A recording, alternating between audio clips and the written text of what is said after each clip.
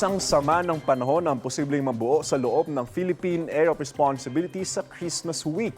At base po sa datos ng Pag-asa ay maaaring mabuo ang nasabing low pressure area sa silangan po ng Mindanao. Unti-unti na po itong lalapit at makaapekto sa bansa mula December 19 hanggang sa 25. Posibleng magpaulan ang low pressure area sa Caraga Region, Eastern Visayas o kaya naman po ay sa Bicol Region. Sa ngayon mga kapuso, hanging amihan at easterlies po ang nagdadala ng paminsan-minsang pagulan sa ilang bahagi ng ating bansa. Paalala po, stay safe and stay updated. Ako po si Andrew Pertiera. Know the weather before you go. Para mag-safe lagi, mga kapuso. Kapuso, huwag magpapahuli sa latest news and updates. Mag-iuna ka sa balita at mag-subscribe sa YouTube channel ng GMA Integrated News.